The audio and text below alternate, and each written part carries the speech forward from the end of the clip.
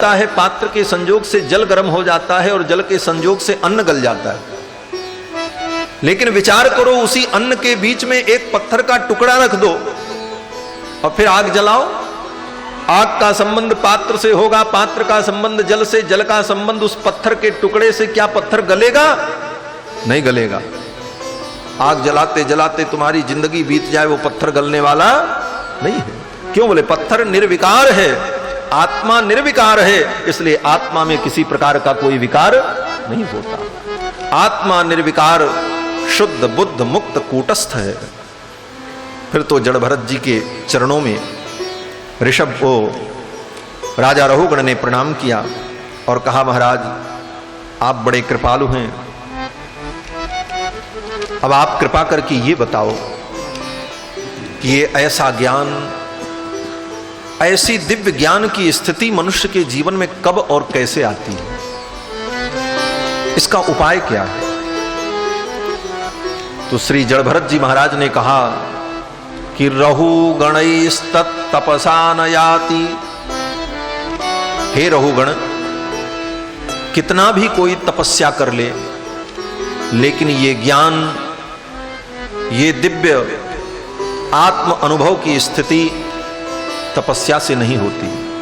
न निर्वपणाद गृहाद वा, घर छोड़ करके कोई जंगल में चला जाए फिर भी ये नहीं हो सकता। न छंदसा, चारों वेद वो पढ़ डाले फिर भी उसे ये ज्ञान नहीं मिल सकता। तो राजा रहुगण ने कहा, फिर ये ज्ञान, ये दिव्य स्थिति कैसे प्राप्त होगी?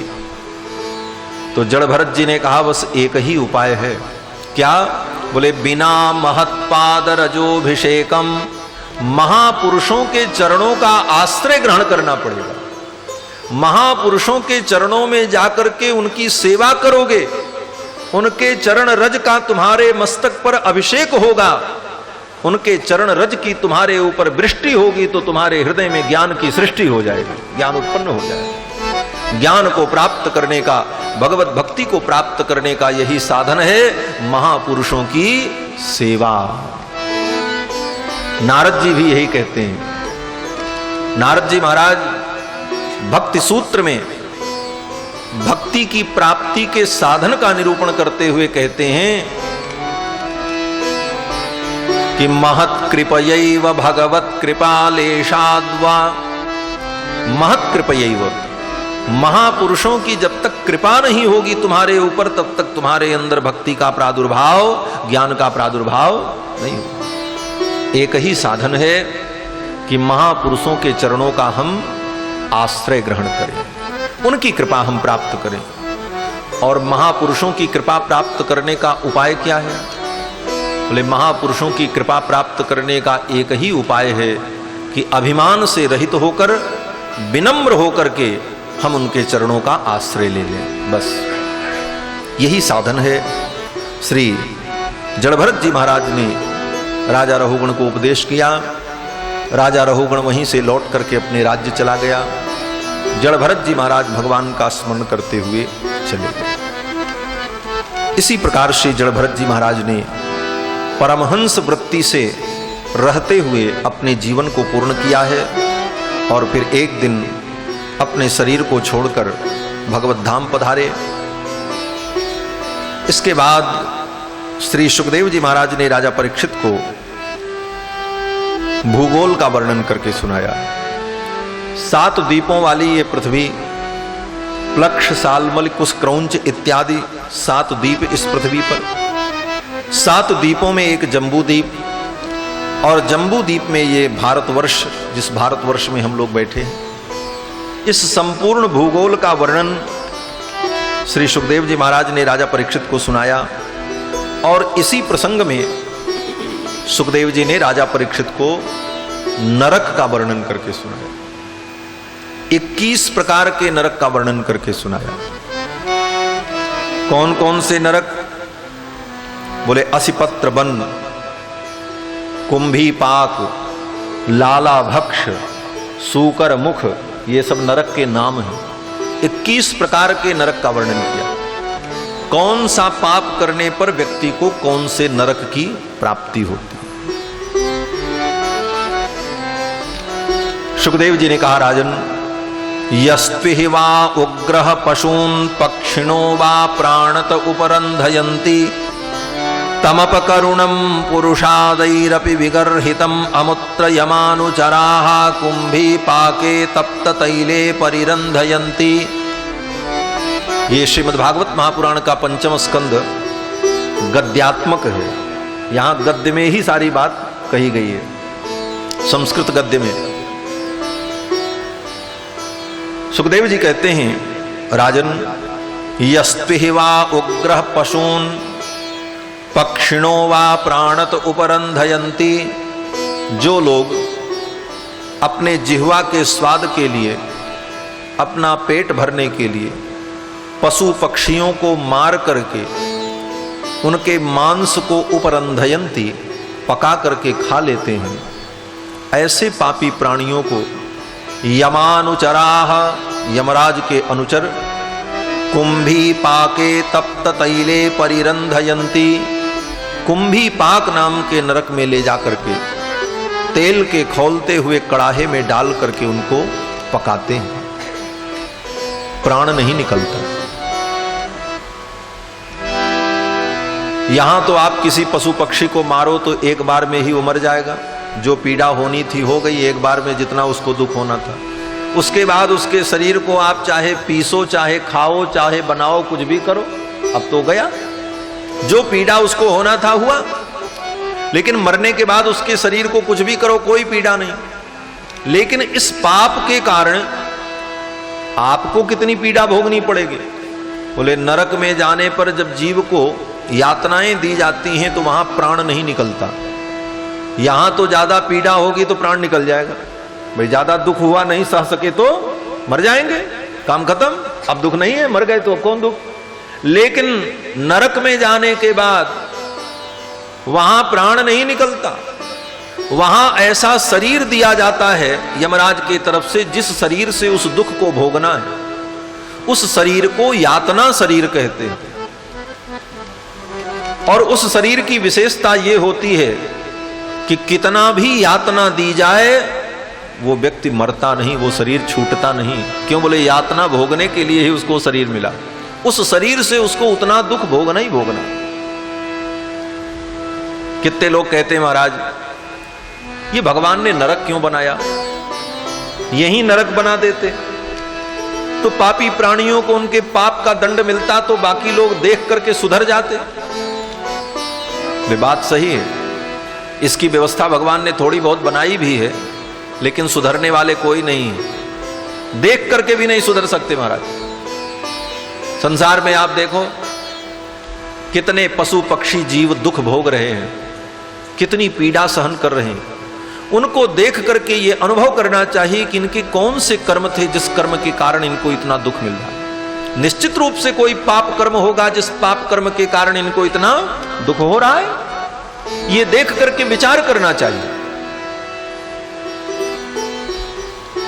बकरी को मार करके लोग खा जाते हैं। कबीरदास जी कहते हैं, विचार करो कि बकरी पाती खात है।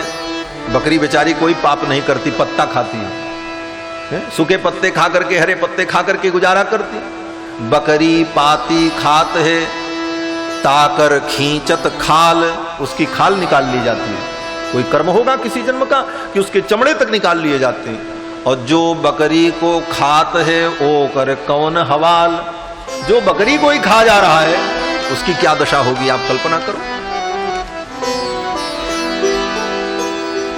तो व्यवस्था तो यहां भी भगवान ने दिखाई है, लेकिन कोई सुधरने वाला नहीं। और नरक भगवान ने इसलिए बनाया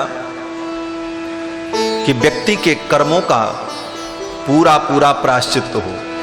मृत्युलोक में पूरा प्रायश्चित्त नहीं हो सकता। क्यों?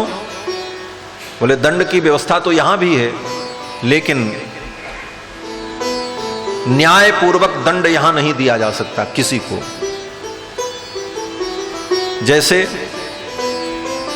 जैसे किसी व्यक्ति ने एक व्यक्ति की हत्या की तो यहां का न्यायालय उसको क्या दंड देगा? इस मृत्युलोक का कोई भी न्यायालय ज्यादा से ज्यादा यही करेगा, फांसी की सजा देगा।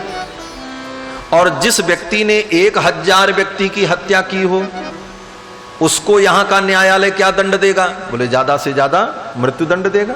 भाई फांसी से ज्यादा कोई दंड तो यहां होता नहीं। तो एक व्यक्ति की जिसने हत्या की उसको भी फांसी, जो 1000 व्यक्ति को मारा उसको भी फांसी। तो न्याय कहां हुआ? 1000 व्यक्ति की हत्या जिसने की है उसको 1000 बार मरने के बराबर कष्ट हो तब उसके पापों का प्रायश्चित्त होगा। यह व्यवस्था मृत्युलोक में हो ही नहीं सकती। इसीलिए भगवान ने नरक की व्यवस्था बनाई। वहां तुम्हें मरने के बराबर कष्ट होगा लेकिन मरोगे नहीं। जितना कर्म तुमने किया है उतना भोगना पड़ेगा। अवश्यमेव भोक्तव्यम कृतम कर्म शुभाशुभम ना भुक्तम क्षीयते कर्म जन्म कोटि शतैरपि। भोगना पड़ेगा महाराज। एक सज्जन ने कहा महाराज ये नरक किसने बनाया? बोले भगवान ने बनाया। बोले तो भगवान तो बड़े दयालु हैं, भगवान बड़े कृपालु हैं, और कृपालु दयालु होकर के भी भगवान ने नरक बनाया और उस नरक में इन प्राणियों को इतना दुख दिया जाता है, इन प्राणियों को इतनी पीड़ा दी जाती है पापियों को। भगवान को दया नहीं आती? भगवान को करुणा नहीं आती? अगर भगवान करुणा वरुणालय हैं तो भगवान ने नरक क्यों बनाया? ये प्रश्न करते। बोले भैया भगवान ने जो नरक बनाया है यह भी भगवान की करुणा ही है। ये नरक का निर्माण जो भगवान ने किया ये भी भगवान की करुणा है।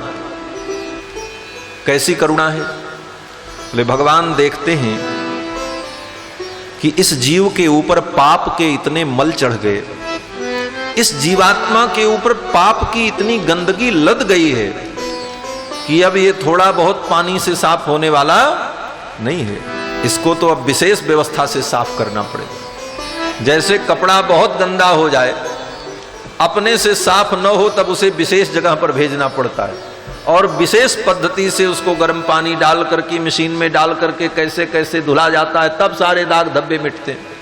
उसी प्रकार जीवात्मा के ऊपर अनेक जन्मों के पाप के जब आवरण चढ़ जाते हैं तो भगवान देखते हैं कि अब ये अपने से इस पाप से नहीं मुक्त हो सकता, ये स्वयं कोई साधन करके इन पापों से मुक्त नहीं हो सकता, अब मुझे ही कुछ करना पड़ेगा। और भगवान करुणा करके उसके पापों को धुलने के लिए ही नरक की व्यवस्था करते हैं। ये नरक इसीलिए, वहां की जो यातना है वह भी भगवान की करुणा ही। किस प्रकार से? बोले जैसे जाड़े के दिन में, ठंडियों के दिन में बच्चे स्नान नहीं करते, पानी से डरते हैं, और स्नान न करने के कारण उनके शरीर में धीरे धीरे मैल जम जाती है। जब मैल जम जाती है, 2-4-10 दिन बीत जाता है तो मां को दया आती है। मां सोचती है अब तो इसे नहलाना ही पड़ेगा, अगर मैं इसे नहीं नहलाऊंगी तो इसके शरीर पर और मल जम जाएगा और फिर इसका शरीर फटने लगेगा, फिर इसको और पीड़ा होगी, इसलिए नहवाना जरूरी है, स्नान कराना जरूरी है। ऐसा सोच करके मां पूरी तैयारी करती। क्या तैयारी करती? बोले पानी गर्म किया, साबुन लिया, ब्रश लिया और बैठी, बच्चे को पकड़ा, चल नहा। बच्चा रोता है, चिल्लाता, नहीं नहाएंगे। मां कहती नहाना पड़ेगा। भले वो रोता है लेकिन मां पकड़ करके बैठाती है, जबरदस्ती स्नान कराती है। अगर रोता है, भागता है तो ऊपर से एक आध थप्पड़ भी मारती है, चुप रहा, नहाना ही पड़ेगा। अब देखने वाला व्यक्ति देखे तो यही कहेगा, अरे मां इतनी निर्दयी, बच्चा रो रहा है, बच्चा चीख रहा और मार रही है, नहला रही, ये मां नहीं है, इसके अंदर करुणा नहीं है। बोले भैया तुम क्या जानोगे करुणा? उस मां के हृदय में इतनी करुणा है कि वो जान रही है कि आज अगर मैं इसके ऊपर करुणा करूंगी तो ये बहुत दुख पाएगा, और आज मैं थोड़ा कठोर बन जाऊंगी तो ये शुद्ध पवित्र हो जाएगा। उसी प्रकार भगवान की करुणा है। भगवान देखते हैं कि इस जीव के ऊपर इतने पाप के मल चढ़ गए, अब इसे अगर शुद्ध नहीं किया गया, इसको नरक के यातनाओं के द्वारा इसे विशुद्ध और पवित्र नहीं किया गया तो ये बहुत दुख पाएगा। इसीलिए भगवान नरक का निर्माण करते हैं और नरक में ले जाकर के उन जीवों को, प्राणियों को शुद्ध किया जाता है, उनके पाप को छुड़ाया जाता है। 21 प्रकार के नरक का वर्णन सुखदेव जी ने राजा परीक्षित को सुनाया। सुखदेव जी ने कहा, राजन, जो लोग अपने माता पिता को अपमानित करते हैं, मारते हैं, उनका सम्मान नहीं करते, ऐसे लोगों को यमराज के दूत कालसूत्र नाम के नरक में ले जाते हैं। जो राजा के कर्मचारी किसी निर्दोष व्यक्ति को अभियोग में फंसा करके दंड दिला देते हैं, ऐसे राजा के कर्मचारियों को यमराज के दूत असिपत्र नाम के वन में ले जाते हैं। जो राजा निर्दोष व्यक्ति को दंड देता है, ऐसे व्यक्ति को यमराज के दूत सूकर मुख नाम के नरक में ले जाते हैं। जो व्यक्ति अपने सनातन धर्म के वैदिक मार्ग को छोड़कर पाखंड मार्ग का अनुसरण करता है, उसको यमराज के दूत असिपत्र नाम के नरक में ले जाते हैं। सुखदेव जी कहते हैं कि यस्ति वै निज वेद पथाद अनापत गतः पाखंडम चोपगतः तम असिपत्र वनम प्रवेश्य कषया प्रहरन्ति। जो लोग अपने सनातन वैदिक मार्ग को छोड़कर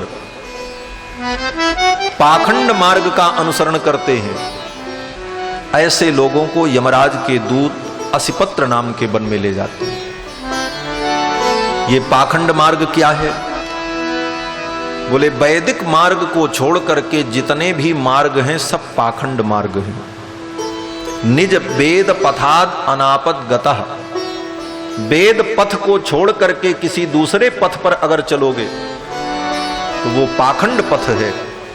उस पथ पर चलने पर यमराज के दूत उन प्राणियों को असिपत्र वन में ले जाते हैं।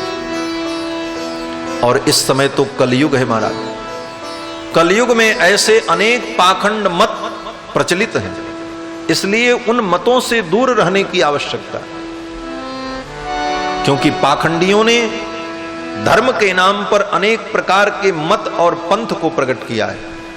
गोस्वामी तुलसीदास जी ने रामचरितमानस में लिखा है कि दंभिन निजमति कलपि कर प्रगट किए बहुपंथ। दंभियों ने इस कलयुग में अनेक प्रकार के पंथ प्रकट कर दिए। कोई कहता धन धन गुरु, कोई कहता शिव गुरु, कोई कहता निरंकारी। ये जितने पंथ हैं सब पाखंड पथ। सच्चा पथ क्या है? बोले जो वेद कह रहा है, जो रामायण बता रही है, 18 पुराण जो कह रहे हैं, भगवत गीता जो कह रही है, भगवान कृष्ण और राम जो कह रहे हैं, इस मार्ग पर चलने पर ही जीव का कल्याण होगा। बाकी किसी का वैभव देखकर, किसी की यश कीर्ति और तामझाम को देख करके आप प्रभावित हो गए कि ये कोई महात्मा है, ये महापुरुष है, इसके बताए मार्ग पर चलें, तो उस पाखंड मार्ग में जाने पर कल्याण नहीं होगा, असिपत्र नाम के नरक में जाना पड़ेगा। इसलिए जो अपनी सनातन परंपरा है, उस परंपरा को ही मानो। भगवान राम की, कृष्ण की, शंकर भगवान की, देवी दुर्गा की, इनकी पूजा करो जो अपनी परंपराएं हैं। अपने संस्कारों को सुरक्षित रखो। ज्ञान के नाम पर और प्रवचन के नाम पर कुछ भी स्वीकार कर लें हम धर्म के नाम पर, यह धर्म नहीं होगा। श्री सुखदेव जी महाराज ने राजा परीक्षित को 21 प्रकार के नरक का वर्णन करके सुनाया। नरक का वर्णन सुनकर के महाराज परीक्षित डर गए। परीक्षित ने कहा महाराज पाप तो सबने किया है और पापों का परिणाम बड़ा भयानक है, तो अगर पाप हो ही गया तो इन पापों का फल जो दुख है, नरक की यातनाएं हैं, इनसे बचने का उपाय क्या? कोई उपाय है? तो सुखदेव जी ने कहा राजन एक उपाय है। क्या उपाय? बोले कर्मणा कर्म निर्हारो, कर्म से कर्म की सफाई। इसको समझना। पाप क्या है? कर्म। तो पाप कर्म हो गया तो पाप कर्म को साफ करने के लिए पुण्य कर्म करो। कर्म से कर्म की सफाई, कांटे से कांटे को निकालना। कंटकेन कंटकोद्धारः, कांटे से कांटे को निकालना, कर्म से कर्म की सफाई करना। लेकिन एक दो कर्म हो तो उसको कर्म से सफाई कर दिया जाए, लेकिन जब ये स्वभाव ही बन गया हो कि हम पाप करते रहें, तो फिर कोई भी कर्म उसे शुद्ध नहीं कर सकता। क्यों? बोले प्रायश्चित्तमतो पार्थम मन्ये कुंजर शौचवत। महाराज परीक्षित कहते हैं कि ये जितने प्रायश्चित्त शास्त्र में बताए गए हैं कि ये पाप हो जाए तो इस पाप से बचने के लिए ये प्रायश्चित्त कर लो, ये पाप हो जाए तो इस पाप से बचने के लिए ये प्रायश्चित्त कर लो, ये जितना प्रायश्चित्त शास्त्रों में है ये क्या है? बोले कुंजर शौचवत, ये हाथी के स्नान के समान है। बोले हाथी का स्नान कैसा? बोले हाथी पानी में जाता है और खूब स्नान करके अपने शरीर को धो डालता है, अपनी सूंड में भर भर करके धोया, पवित्र हो गया, निर्मल हो गया। लेकिन ज्यों ही बाहर आता है और धूल उड़ा करके अपने ऊपर फिर गंदगी डाल लेता है। तो जैसे हाथी का स्नान व्यर्थ है, स्नान किया और आते ही फिर अपने ऊपर धूल डाल लिया, उसी प्रकार पाप करो और फिर प्रायश्चित्त करो और फिर वही पाप करो, तो इससे कल्याण होने वाला नहीं। ऐसा कुछ उपाय हो जिस उपाय के करने पर पाप की बुद्धि ही चली जाए, पाप करने की प्रवृत्ति ही समाप्त हो जाए और संपूर्ण पाप नष्ट हो जाए, ऐसा कोई उपाय। तो सुखदेव जी ने कहा, राजन एक उपाय है। क्या उपाय है? बोले केचित् केवलया भक्त्या वासुदेव परायणाः अघम ध्वन्वन्ति कार्ष्णेन निहारमिव भास्करः। केचित् केवलया भक्त्या, केवल भगवान की भक्ति अगर की जाए तो भगवान के भक्ति की ऐसी विशेषता है कि जीव के जन्म जन्मांतर के जितने पाप हैं वो सब नष्ट हो जाते हैं, और पाप करने की जो प्रवृत्ति है वो भी खत्म हो जाती है, पाप करने की जो बुद्धि है वो भी खत्म हो जाती है, बुद्धि भी उसकी शुद्ध हो जाती है। कितना पाप समाप्त हो जाता है। सुखदेव जी कहते हैं कि अघम ध्वन्वन्ति कार्ष्णेन, संपूर्ण पाप नष्ट हो जाता है। किस प्रकार से? बोले निहारमिव भास्करः, जैसे कितना भी अंधकार हो, कोहरा छाया हो, निहार हो, सूर्य भगवान की किरण पड़ते ही सब साफ हो जाता है। उसी प्रकार भगवान की भक्ति जीवन में आ जाए तो जन्म जन्मांतर के जितने पाप हैं वो विनष्ट हो जाते हैं। ये तो हुआ सिद्धांत, लेकिन सिद्धांत तब समझ में आता है जब कोई दृष्टांत हो, उसके साथ उदाहरण हो। राजा परीक्षित ने कहा कोई उदाहरण, कोई दृष्टांत। तो सुखदेव जी ने कहा मैं तुम्हें एक दृष्टांत सुना रहा हूं, सावधानी पूर्वक श्रवण करना।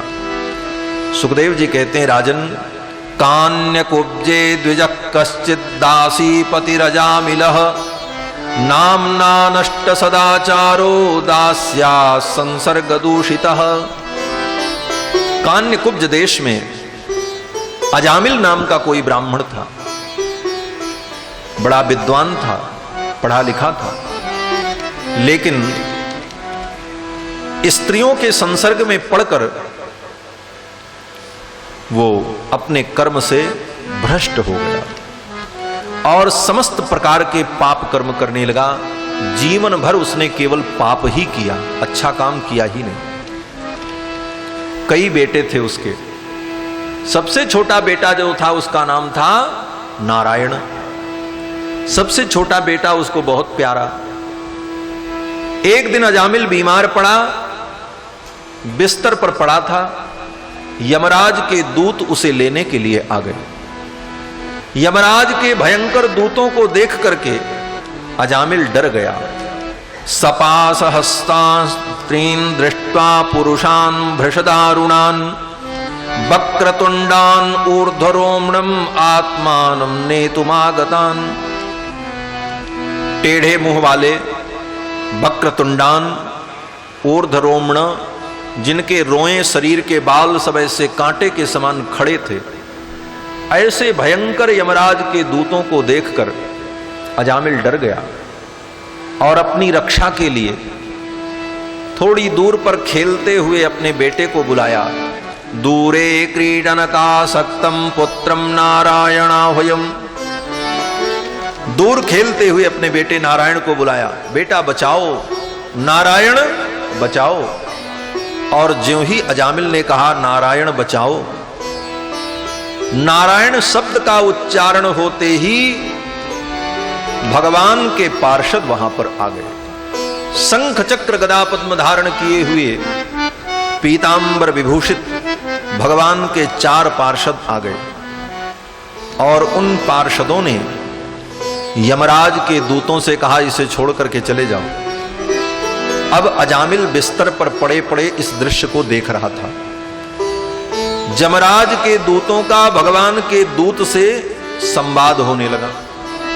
भगवान के दूतों ने कहा इसे छोड़ करके तुम चले जाओ।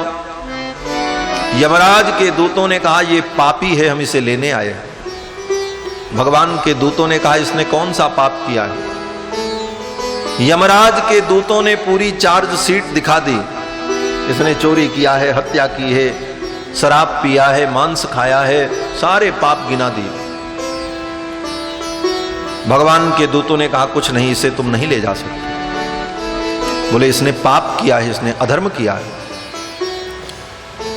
तो भगवान के दूतों ने कहा अधर्म अधर्म चिल्ला रहे हो, धर्म अधर्म की परिभाषा क्या है तुमको मालूम है? भगवान के दूतों ने पूछा। तो यमराज के दूतों ने कहा हाँ मालूम है। भगवान के दूतों ने कहा बताओ। तो यमराज के दूतों ने कहा कि वेद प्रणहितो धर्मो यधर्मस्तद विपर्ययः। वेद जो कहता है वो धर्म है, यही धर्म की परिभाषा है। आप लोग भी जान लेना, हम जो कहें वो धर्म नहीं हो सकता, आप जो कहोगे वो भी धर्म नहीं होगा। कोई न्यायालय और कोई बुद्धिमान व्यक्ति कहे वो भी धर्म नहीं हो सकता। वेद जो कहेगा, शास्त्र जो कहेगा वही धर्म होगा। धर्म में ना हमारी बुद्धि प्रमाण है ना आपकी बुद्धि प्रमाण है। यहां तक कि भगवान भी कहेंगे तो वो प्रमाण नहीं होगा। विचार करना, धर्म में भगवान की वाणी भी प्रमाण नहीं होती। अगर वेद के अनुकूल भगवान कहेंगे तो भगवान की बात मान्य होगी, अगर वेद के प्रतिकूल भगवान भी कहें तो भगवान की बात हमारे यहां मान्य नहीं होती। धर्म में तो केवल शास्त्र प्रमाण है। स्वयं भगवान आकर के कहें और उनकी वाणी अगर वेद के विरुद्ध है तो भगवान की बात को भी हम लोग नहीं मानते और नहीं माना हमने। उदाहरण बुद्ध भगवान, 24 अवतार में भगवान का एक अवतार बुद्धावतार है। बुद्ध भगवान को हम अवतार मानते हैं, लेकिन बुद्ध की वाणी को हम प्रमाण नहीं मानते। बुद्ध के किसी भी ग्रंथ को हम प्रमाण नहीं मानते। त्रिपिटक को, धम्मपद को, जितना बुद्ध का ग्रंथ है किसी भी ग्रंथ को हम प्रमाण नहीं मानते और बुद्ध को भगवान मानते। क्यों? कारण कि बुद्ध भगवान ने जो उपदेश किया है वो वेद के विरुद्ध है। वेद विरुद्ध होने के कारण बुद्ध का उपदेश ग्राह्य नहीं है। भगवान भी अगर वेद के विरुद्ध बोलेंगे तो उनकी बात हमारे यहां मान्य नहीं होती। इसीलिए देखो, हमारे सनातन धर्म में हम पेड़ की पूजा कर लेते हैं, पीपल की पूजा करते हैं, बरगद की पूजा करते हैं, पशु की भी पूजा कर लेते हैं, कुत्ते को मान लेते हैं ये भैरव है? पशु पक्षी की भी हम पूजा करते हैं। लेकिन बुद्ध भगवान की पूजा किसी हिंदू के घर में नहीं होती, किसी सनातनी हिंदू के घर में बुद्ध भगवान की पूजा नहीं होती। अन्य बुद्ध भगवान की हम मूर्ति रखते हैं। क्यों?